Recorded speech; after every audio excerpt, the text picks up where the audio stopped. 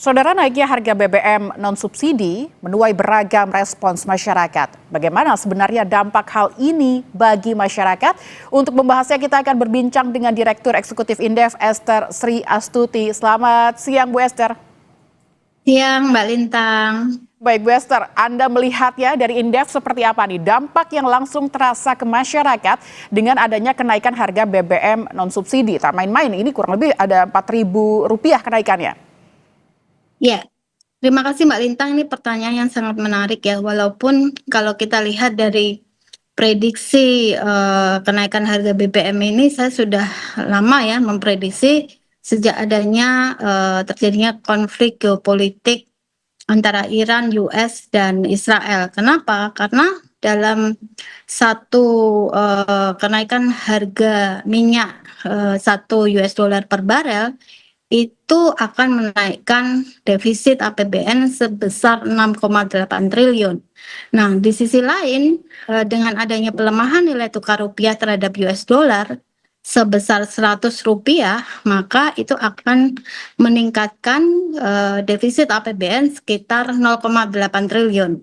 Jadi kalau kita lihat di sini sampai dengan hari ini adanya kenaikan harga minyak ditambah dengan pelemahan nilai tukar rupiah terhadap US dollar, itu akan mempersempit ruang fiskal di APBN ya. Nah, sehingga saya memprediksi bahwa kenaikan harga BBM ini ya, itu tentunya tidak terhindarkan lagi dan harus dilakukan oleh pemerintah. Namun demikian, dengan adanya hitungan ya, kalau kita lihat dengan adanya selisih dari 12.300 Pertamax per liter menjadi 16.000 sekian ya, itu kan naik 4.000-an rupiah ya, 4.200 per 1 liter. Nah, ini pengguna Pertamax sebenarnya adalah sebagian besar adalah kelas menengah.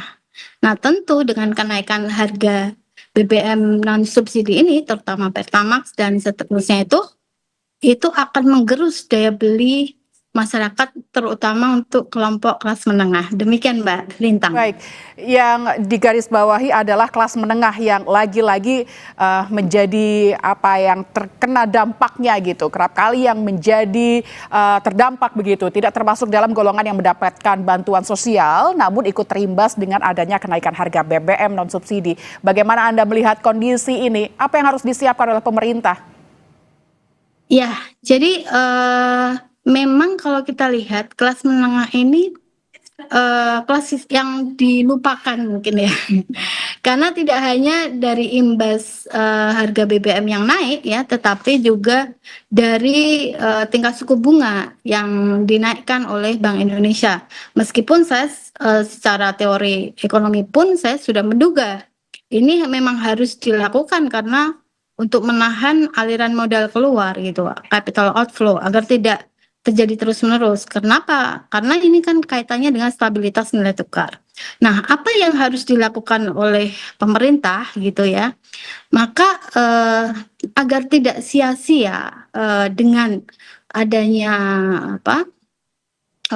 Alokasi anggaran yang untuk subsidi energi ini ya, kan untuk Pertalite itu masih tetap sama ya harganya ya. Nah, sehingga di sisi lain anggaran dari APBN ini harus dialokasikan untuk menarik ya investor atau investasi asing masuk di Indonesia lebih banyak atau investasi domestik gitu ya. Artinya apa? Dengan adanya investasi, maka pemerintah itu bisa memperoleh multiplier effect-nya dengan penciptaan lapangan pekerjaan yang lebih banyak. Nah, yang kedua, kalau penciptaan lapangan pekerjaan itu lebih banyak, maka masyarakat bisa mendapatkan kenaikan income real. Nah, sehingga mereka bisa melakukan konsumsi. Nah, pada akhirnya apa? Kalau mereka bisa melakukan konsumsi, investasi masuk ya, kemudian income real itu naik, artinya pada akhirnya kita bisa meningkatkan pertumbuhan ekonomi. Baik, Bu, Demikian Mbak tapi Lintang.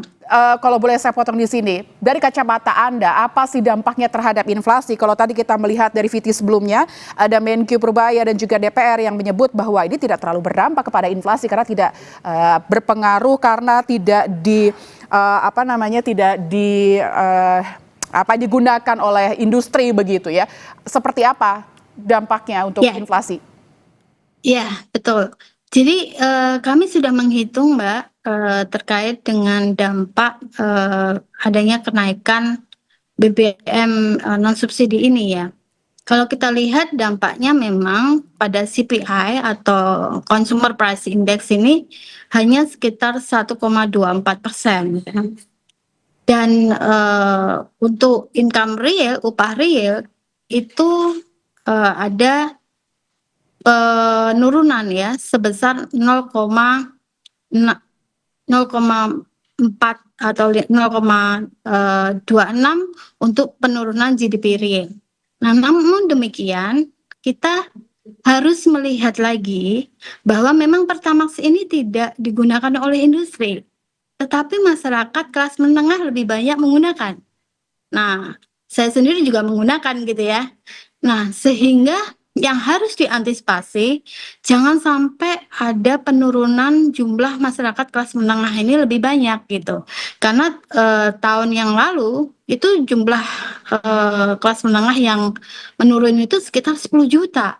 Nah, jangan lupa bahwa kelas menengah ini adalah pembayar pajak yang paling besar untuk penerimaan negara gitu.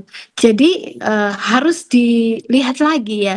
Kalau penurunan daya beli dari kelas menengah ini terjadi, maka mereka juga akan mengalami penurunan income real dan ini berdampak pada penerimaan negara. Demikian, Mbak. Oke, berarti singkat saja Bu, terdekat yang bisa disiapkan oleh pemerintah stimulus seperti apa ini untuk insentif apa yang bisa diberikan kepada kelas menengah? Jangan sampai kelas menengah ini akan menjadi rentan miskin nantinya. Ya, yang harus dilakukan oleh pemerintah adalah memitigasi ya resikonya dengan misalnya mereka kelas menengah ini diberikan insentif-insentif ya, tidak hanya untuk misalnya mereka punya kredit ya, mereka diberikan insentif tingkat suku bunga, atau mereka yang punya usaha, mereka diberikan insentif kemudahan sehingga misalnya mereka usahanya tidak bangkrut gitu, Mbak. Itu sih. Nah, di sisi lain dari sisi masyarakat juga harus dihimbau bahwa harus bijak dalam mengelola keuangan di rumah tangganya sendiri gitu, Mbak. Baik, ini tentu harus menjadi perhatian khusus dari pemerintah dan pintar-pintarnya masyarakat untuk mengelola keuangan di tengah kondisi ekonomi yang tidak menentu. Terima kasih Bu Esther Sriastuti, Direktur Eksekutif Indef telah berbincang dengan kami di Kompas Siang. Sehat selalu Ibu. Sehat selalu Mbak Lintang, terima kasih.